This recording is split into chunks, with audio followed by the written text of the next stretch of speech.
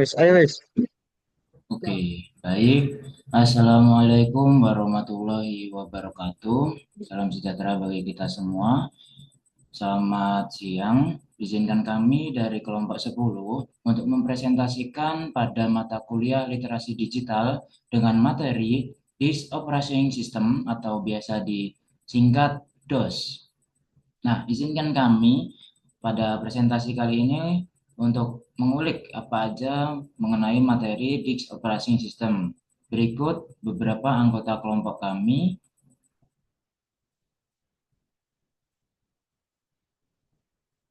Oke, next. Oke, anggota kelompok kami terdiri dari 4 anggota, yaitu yang pertama ada Adelia Rahimatake dengan NIM akhir 089, lalu Ahmad Ronaldi dengan NIM akhir 112, dan saya sendiri Muhammad Basroni dengan NIM akhir 120, dan Novelia Ardani Suteja dengan NIM akhir 074. Baik, pada materi Disk Operating System, yang pertama kita akan membahas mengenai sejarah singkat dari DOS sendiri. Nah, DOS ini sendiri biasa pada komputer yaitu sistem operasi atau command prompt yang biasa kita sebut yaitu Disk Operating System. Pada sistem operasi DOS ini, eh, DOS adalah salah satu dari software yang termasuk dalam golongan sistem operasi. Jadi biasa dipakai pada golongan-golongan sistem operasi yang biasanya untuk penyimpanan. Nah, penyimpanannya sendiri itu bisa melalui disket atau SSD maupun dari hard disk atau disk eksternal. Nah, sistem operasi yang pada DOS sendiri yaitu biasa disebut PC-DOS atau Personal Computer Disk Operating System. Ini ditujukan untuk pemakaian mikrokomputer IBM yang biasa disingkat IBM PC, yaitu PC pertama pada golongan pertama yang menggunakan sistem operasi DOS. Yang pada mulanya pada tahun 1980 oleh tim Peterson membuat operating system untuk Seattle Computer Product yang membutuhkan S100 sistem dengan mempergunakan Intel 8086. Nah, operating system yang dikembangkan oleh tim Peterson tadi tersebut dinamakan dengan KIDOS yang biasa dijabarkan yaitu Quick and Dirty Operating System. Nah, pada tahun 1980, walau teman-teman dari tim Peterson ini sudah mengembangkan, KIDOS dikembangkan kembali menjadi namanya 86 DOS atau bisa disimpulkan DOS untuk 8086.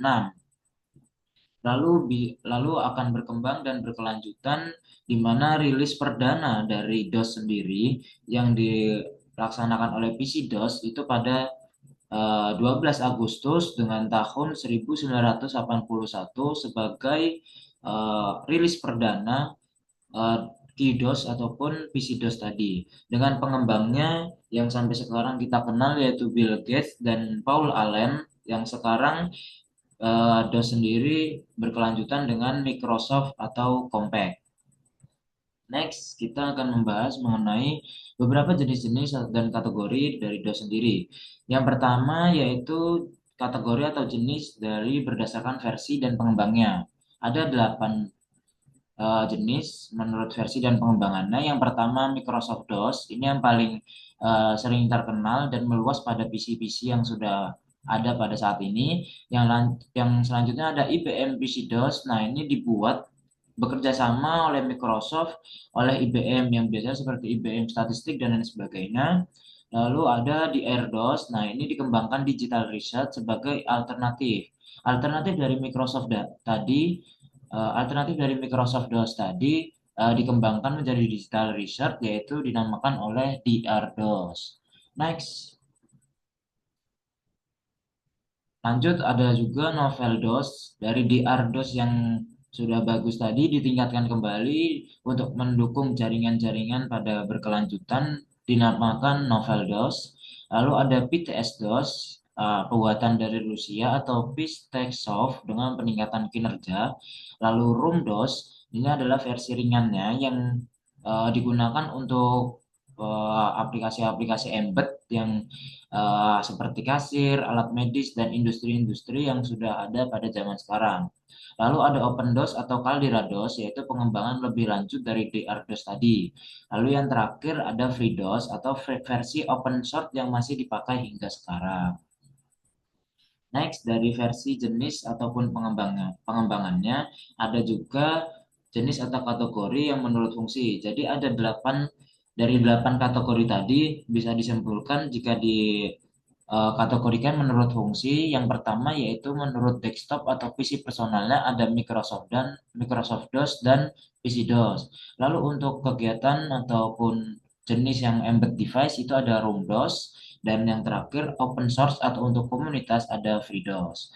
Next, nanti akan dilanjutkan oleh rekan saya mengenai materi fitur dan keunggulan utama.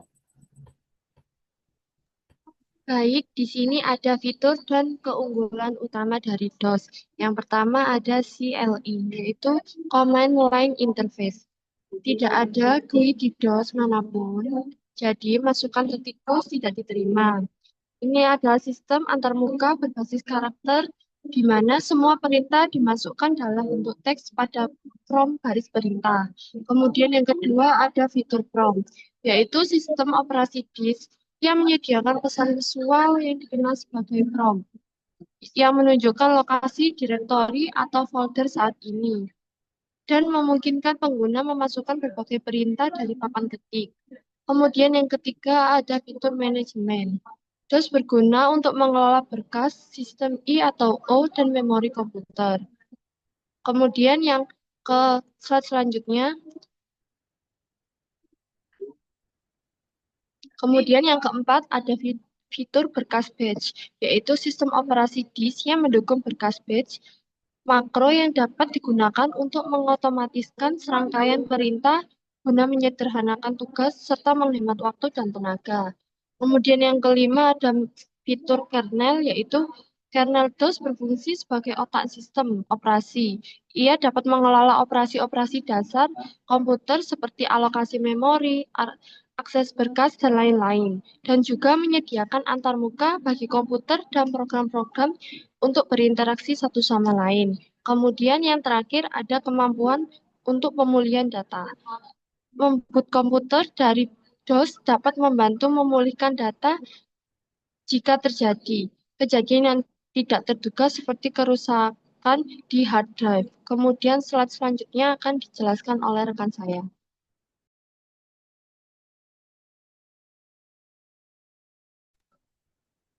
Selanjutnya yaitu keunggulan atau kelebihan. Yang pertama, ringan dan cepat. Nah, jadi salah satu kelebihan utama dari MS-DOS itu sifatnya yang ringan dan cepat. Sistem operasi ini tuh didesain untuk berjalan pada perangkat keras dengan kapasitas memori yang terbatas, seperti RAM kecil dan prosesor dengan kecepatan yang rendah. Nah, karena tidak membutuhkan sumber daya besar seperti sistem operasi modern, MS-DOS itu mampu berjalan dengan sangat efisien dan cepat pada perangkat keras yang sederhana. Hal ini tuh menjadikan pilihan utama untuk komputer dengan spesifikasi rendah pada masa itu. Yang kedua, mudah dipahami untuk pemrograman dasar. Nah, MS-DOS menawarkan lingkungan yang sangat mendukung pemrograman dasar, terutama bagi para pemula yang ingin belajar cara mengendalikan komputer dengan lebih langsung. Dengan antarmuka berbasis tes dan baris perintah, pengguna dapat dengan mudah belajar tentang dasar-dasar pemrograman dan bagaimana komputer mengelola file, proses, dan perangkat keras. Nah, kemudian ini itu membuat MS-DOS menjadi sarana yang efektif untuk pendidikan dan pengembangan perangkat lunak pada tingkat awal. Yang ketiga, stabil dan minim gangguan. Sistem operasi MS-DOS itu dikenal karena kestabilannya, karena dirancang untuk menjalankan aplikasi-aplikasi berbasis teks dan tidak memiliki banyak fitur grafis yang membebani sistem. Jadi MS-DOS dapat berjalan dengan sangat stabil pada komputer yang menggunakan perangkat keras terbatas. Nah, selain itu, karena tidak ada banyak komponen tambahan yang berjalan secara bersamaan, gangguan dan crash sistem yang biasa ditemukan pada sistem operasi yang lebih kompleks biasanya lebih jarang terjadi pada MS-DOS. Yang terakhir, kompatibilitas dengan perangkat kuno. MS-DOS itu juga dikenal karena kompatibilitasnya dengan berbagai perangkat keras lama. Sistem operasi ini tuh dapat dijalankan pada komputer-komputer dengan teknologi yang sudah usang, serta mendukung banyak perangkat eksternal yang digunakan pada masa itu.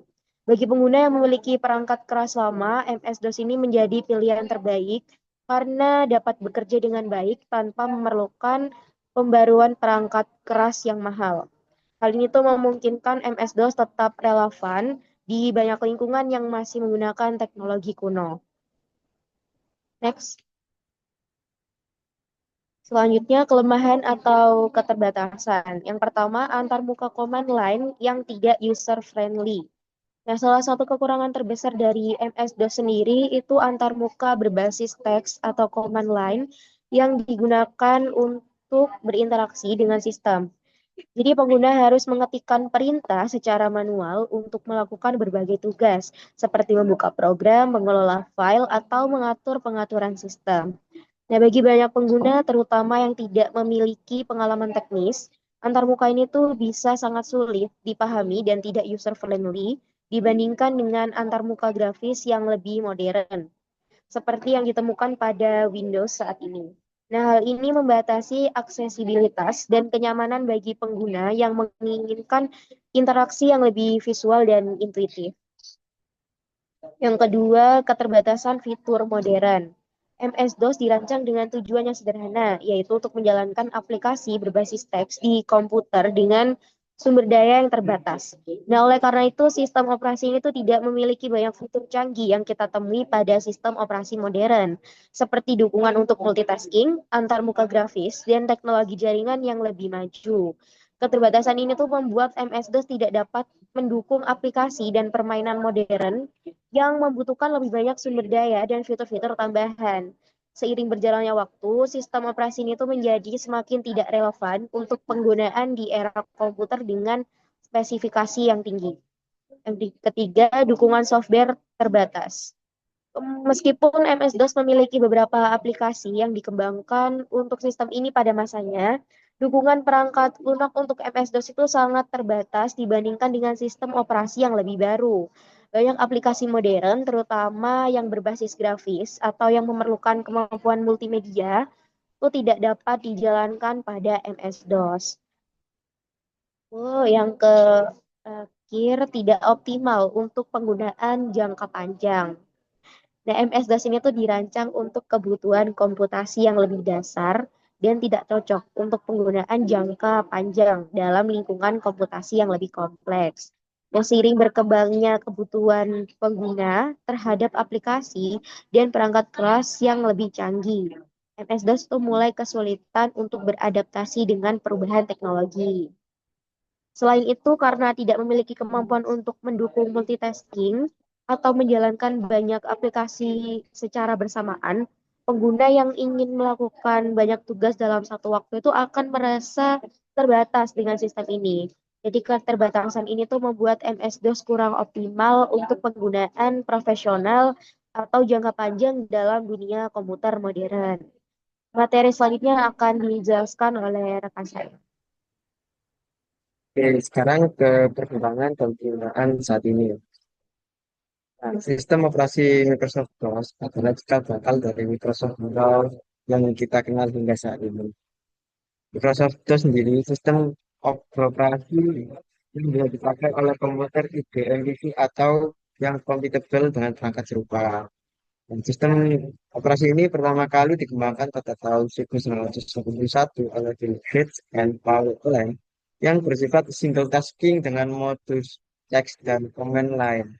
Nah, Microsoft DOS sendiri mulai ditinggalkan oleh sang eh, penemu karena seiring dibuatnya sistem operasi berbasis grafis antarmuka yang sekarang kita kenal sebagai Microsoft Windows. Microsoft DOS sendiri secara resmi diberhentikan pada tahun 2000 oleh Sony. Ini adalah gambar antarmuka yang memiliki beberapa perintah dasar. Nah, perintah dasar ini hampir sama dengan Microsoft Windows seperti copy untuk menyalin file, lalu ada exit untuk keluar dari perintah, dan pause untuk menghentikan sementara. Kesimpulan dari presentasi kami adalah DOS merupakan salah satu sistem operasi paling awal yang menjadi fondasi penting bagi perkembangan komputer modern. Meskipun hanya berbasis teks dan tampak sederhana, DOS berperan besar dalam mengelola file, menjalankan program, serta mengendalikan perangkat keras secara langsung. Selama perkembangannya, berbagai versi DOS, terutama Microsoft DOS dan PC DOS, digunakan secara luas di komputer pribadi dan menjadi standar pada masanya. Kini, DOS tidak lagi digunakan sebagai sistem operasi utama, namun tetap bisa dimanfaatkan dalam bidang khusus, seperti embedded system, edukasi, dan lingkungan retro komputasi. Memahami DOS membantu kita melihat bagaimana evolusi sistem operasi berlangsung hingga melahirkan teknologi modern yang kita gunakan mulai saat. Terima kasih sudah mendengarkan presentasi dari kami. Kami mohon maaf jika ada kekurangan atau kesalahan. Assalamualaikum warahmatullahi wabarakatuh. Waalaikumsalam.